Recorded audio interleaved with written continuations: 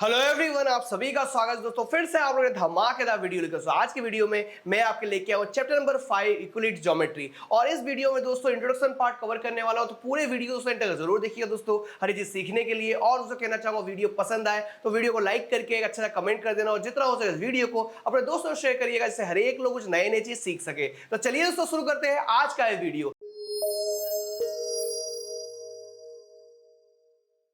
देखिए दोस्तों, introduction part में सबसे पहले लेके आया हूं मैं यूक्लिड्स ज्योमेट्री। अब दोस्तों को बताना चाहूंगा कि यूक्लिड्स कौन थे। दोस्तों यूक्लिड्स दोस्तों ग्रीक के बहुत बड़े मैथमेटिशियन थे, और वो मैथमेटिशियन ने दोस्तों यहां पर एक्सियम्स और पोस्टुलेट दिए दोस्तों, इसे कहा जाता है यूक्लिड्स ज्योमेट्री। तो यहां पर सबसे पहले देखेंगे कि एक्सियम्स क्या है और यहां पर पोस्टुलेट्स क्या है। तो एक्सियम्स मतलब होता है दोस्तों सिद्धांत होता है, और पोस्टुलेट्स मतलब क्या होता है दोस्तों, सिद्ध प्रमाण कहा जाता है, राइट। तो यहां पर टोटल एक्सियम्स दोस्तों 7 है, और पोस्टुलेट्स दोस्तों यहां पर 5 है। तो एक के बाद एक दोस्तों डिटेल में सीखेंगे हम लोग। तो यहां पर देख लेते हैं हम लोग के एक्सियम्स का मतलब क्या है। तो यहां पर आपको बताया, जैसे मैंने एक्सियम मतलब होता है दोस्तों सिद्धांत होता है, और यहां पर कहा जाता है कि ये जो एक्सियम दोस्तों एप्लीकेबल है एवरी पार्ट ऑफ मैथमेटिक्स। मतलब दोस्तों मैथमेटिक्स के बहुत सारे पार्ट है, जैसे दोस्तों ज्योमेट्री हो गया, अलजेब्रा हो गया, अरिथमेटिक हो गया, तो बहुत सारे पार्ट में दोस्तों ये एक्सियम्स काम आता है, मतलब एप्लीकेबल है। लेकिन दोस्तों जो ये पोस्टुलेट्स दिए हुए हैं वो सिर्फ और सिर्फ दोस्तों ज्योमेट्री में ही एप्लीकेबल होगा, किसी और चीज में एप्लीकेबल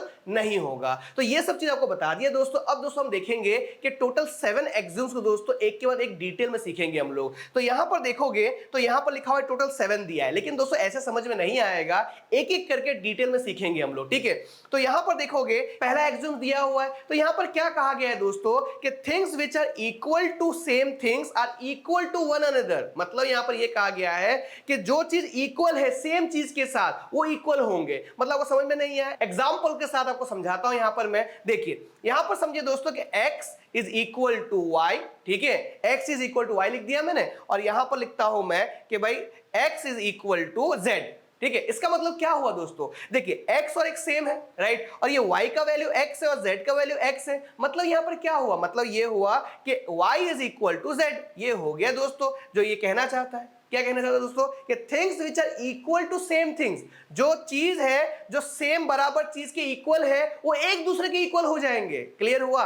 तो इसका मतलब ये हुआ दोस्तों y is equal to x, z is equal to x, दोनों की वैल्यू सेम है, मतलब दोस्तों ये एक दूसरे से इक्वल है। तो इसका मतलब y is equal to z। तो उम्मीद करता हूं दोस्तों ये चीज आपको क्लियर हो गया है। अब आगे बढ़ते दोस्तों सेकंड एक्सियम्स की तरफ। ये रहा सेकंड एक्सियम्स। यहां पर क्या लिखा है दोस्तों कि if equals are added to equals, अगर इक्वल चीजें इक्वल से ऐड होगी तो होल आर इक्वल हो जाएगा। तो यहां पर वही चीज दिया हुआ है दोस्तों, लेकिन आपको समझ में नहीं आएगा जब तक मैं आपको एग्जांपल समझाऊंगा नहीं मैं। तो आप देखोगे यहां पर दोस्तों कि यहां पर लिखता हूं मैं कि equals are added to equals, मतलब यहां पर 2 दिया है, इक्वल टू 2, दोनों इक्वल है। अब मैं क्या करूंगा, इक्वल चीज दोनों तरफ ऐड करूंगा मैं। तो यहां पर देखोगे +1 लिख दिया मैंने, यहां पर भी +1 लिख दूंगा, तो क्या हो जाएगा कि होल आर इक्वल। यही चीज दोस्तों ये एक्सियम्स कह रहा है, राइट, कि if equals are added to equals the whole are equal. उम्मीद करता हूं दोस्तों ये भी क्लियर हो गया है। अब आगे बढ़ते दोस्तों थर्ड एक्सियम्स की तरफ बढ़ते हैं। ये रहा थर्ड एक्सियम्स। यहां पर क्या लिखा है दोस्तों कि if equals are subtracted from equals, मतलब जो चीज इक्वल है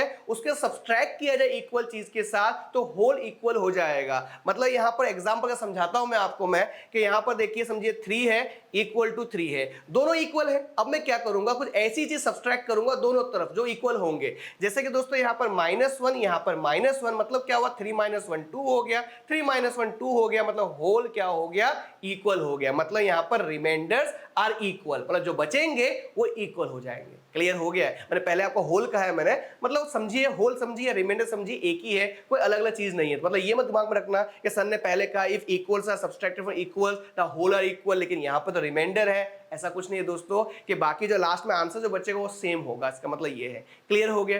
अब आगे बढ़ते दोस्तों देखिए यहां पर रोमन लेटर 4 की तरफ बढ़ते हैं। रोमन लेटर 4 तो है नहीं, ये 4 नंबर है। तो यहां पर दोस्तों लिखा हुआ है things which coincide with one another are equal to one another. मतलब यहां पर ये दोस्तों कि कोइंसाइड मतलब क्या होता है, एक जैसी चीज, मतलब एक जैसी दिखने वाली चीज। जैसे कि दोस्तों यहां पर आप समझिए कि 3 सेंटीमीटर के रेडियस से 3 सेंटीमीटर के रेडियस एक सर्कल ड्रॉ कर लिया मैंने, राइट। और फिर से दोस्तों 3 सेंटीमीटर के सर्कल से और एक सर्कल ड्रॉ कर दूं मैं, कि दोनों सेम नहीं होंगे, दोनों सेम ही होंगे। यही चीज तो ये कह रहा है दोस्तों कि things which are coincide with one another are equal to one another, मतलब एक जैसी चीज दिखने वाली दोनों बराबर होंगी। क्लियर हो गया। अब आगे बढ़ते दोस्तों, यहाँ पर देखिए फिफ्थ एग्जाम की तरफ बढ़ते हैं हम लोग। यहाँ पर दिया हुआ है दोस्तों the whole is greater than a part, मतलब ये है होल कैसे दोस्तों बड़ा हो सकता है, समझाता हूं। देखिए यहाँ पर समझिए कि 100 लीटर का यहाँ पर टंकी है, ठीक है, यहाँ पर 100 लीटर का टंकी, इसमें पानी भर दिया आपने, ठीक है। अब पानी भर दिया मतलब कितना होगा, 100 लीटर पानी होगा, राइट। इसमें दोस्तों क्या करता हूं मैं, 1/10 मतलब 1/10 पार्ट में निकाल लेता हूं, मतलब ठीक है। तो 1/10 पार्ट मतलब क्या होगा, 100 से करोगे तो मतलब 10 लीटर पानी आपने अलग से निकाल लिया, राइट। तो आप मुझे बताइए कि ये 100 था तो ये क्या हो जाएगा, 90 हो जाएगा, राइट। और ये क्या हो जाएगा, 10 लीटर हो जाएगा। लेकिन ये 90 फॉलो नहीं करना है आपको, क्योंकि यहाँ पे बोला है whole is greater than a part, मतलब होल क्या है, 100 है, राइट। अब पार्ट कितना है, 10 हो गया। बताओ कौन सा बड़ा होगा, होल हमेशा बड़ा होगा। हाँ, यही चीज तो ये कहना चाहता है। मतलब दोस्तों अगर आप पढ़ोगे समझ में नहीं आएगा, एग्जाम्पल समझाऊंगा तभी समझ में आएगा। फिर से समझा देता हूं, अगर होल दोस्तों 100 है और उसका पार्ट आप कितना भी कर लीजिए, 1/10, 1/20, 1/30, कितना भी पार्ट कर लीजिए, हमेशा पार्ट जो होंगे वो छोटे होंगे होल से। क्लियर हो गया। अब आगे बढ़ते दोस्तों, देखिए यहाँ पर सिक्स्थ एग्जाम के साथ यहाँ पर लिखा है things which are double of the same things, मतलब कुछ चीजें जो डबल होगी सेम थिंग से, वो क्या होगा, इक्वल होगा एक दूसरे से। यहाँ पर ऐसा समझ में नहीं आने वाला है, एग्जाम्पल का समझाऊंगा तभी आपको समझ में आएगा। देखिए यहाँ पर मैं डबल कर देता हूँ 2x और यहाँ पर डबल कर देता हूँ 2x equal to y equal to z। देखिए यहाँ पर दोस्तों y की वैल्यू क्या है, 2x है, z की वैल्यू 2x है, मतलब डबल कहा गया था, राइट। तो दोस्तों यहाँ पर वैल्यू सेम है तो मतलब कह सकते हैं कि y इक्वल टू z, ये हो गया आंसर।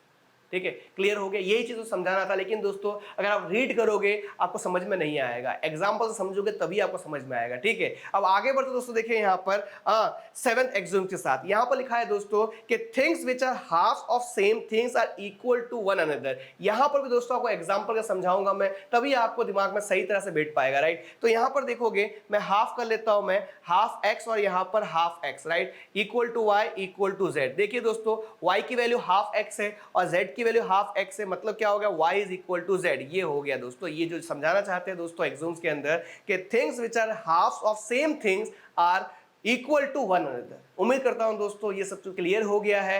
अब दोस्तों आगे बढ़ेंगे दोस्तों, यहाँ पर पोस्टुलेट दोस्तों टोटल 5 दिए हुए, एक के बाद एक समझेंगे हम लोग। यहाँ पर देखिए पोस्टुलेट 1 क्या दिया हुआ है, अ स्ट्रेट लाइन में be drawn from any one point two any other point. मतलब यहाँ पर तो बहुत सिंपल है दोस्तों, यहाँ पर ये कह रहा है दोस्तों कि यहाँ पर ये पॉइंट है, पॉइंट ए हो गया, यहाँ पर और एक पॉइंट यहाँ पर बी हो गया, तो एक पॉइंट से दूसरे पॉइंट तक क्या स्ट्रेट लाइन हम ड्रॉ कर सकते हैं, ये सबको पता है, राइट। तो ये चीज दिया हुआ है यहाँ पर का स्ट्रेट लाइन में be drawn from any one point two any other point. यही चीज तो था दोस्तों, कुछ भी नहीं था। तो उम्मीद करता हूं दोस्तों ये चीज सीख गए हो आप। आगे बढ़ते दोस्तों, यहाँ पर देखिए, अब दोस्तों देखेंगे पोस्टुलेट 2 को देखेंगे। पोस्टुलेट 2 में क्या दिया है दोस्तों, terminated line can be produce indefinitely. मतलब यहाँ पर क्या है दोस्तों कि इस तरह से एक लाइन ड्रॉ कर दिया मैंने, और ये दोस्तों यहां से भी दोस्तों इनफाइनाइट तक जाएगा और यहां से भी दोस्तों इनफाइनाइट तक जाएगा, राइट। तो यही चीज तो है दोस्तों लाइन, दोस्तों यही चीज समझाना चाहता है दोस्तों पोस्टुलेट 2 के अंदर।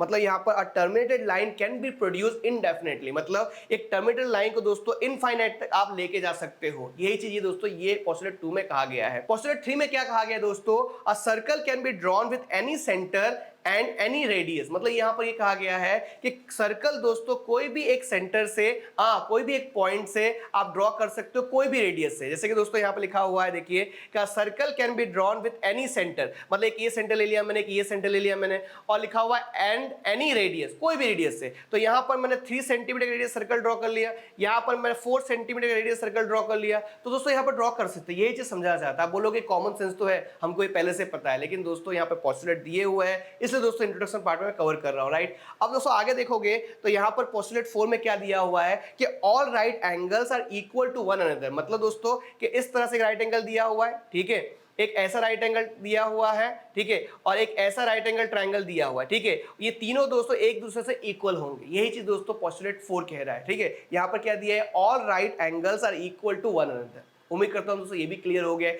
अब दोस्तों सबसे इंपॉर्टेंट दोस्तों यहाँ पर पोस्टुलेट 5 में यहाँ पर लिखा है, if a straight line falling on two straight lines make the interior angles on the same side of it taken together less than 2 right angles, then 2 straight line if produced indefinitely meet on that side on which the sum of the angle is less than 2 right angles। मतलब यहाँ पर समझ में आया, सिर्फ आपको सुनने में मजा आया होगा, समझ में कुछ नहीं आया होगा। अब आपको एग्जांपल समझाता हूं मैं। देखिए यहाँ पर मेन पॉइंट क्या है दोस्तों कि if a straight line falling on two straight lines makes the interior angle, ठीक है, इतना क्लियर है। तो यहाँ पर दोस्तों मैं इस तरह से बना रहा हूं, कुछ ऐसे बना दिया मैंने, यहाँ पर मैंने ऐसे बना दिया मैंने, समझिए, ठीक है। अच्छे से ड्रॉ कर दो, रुको अच्छे से ड्रॉ कर देता हूँ मैं यहाँ पर, और यहाँ पे लाइन ड्रॉ कर दिया। जब ऐसे लाइन ड्रॉ हो गया दोस्तों तो इंटीरियर एंगल फॉर्म होगा।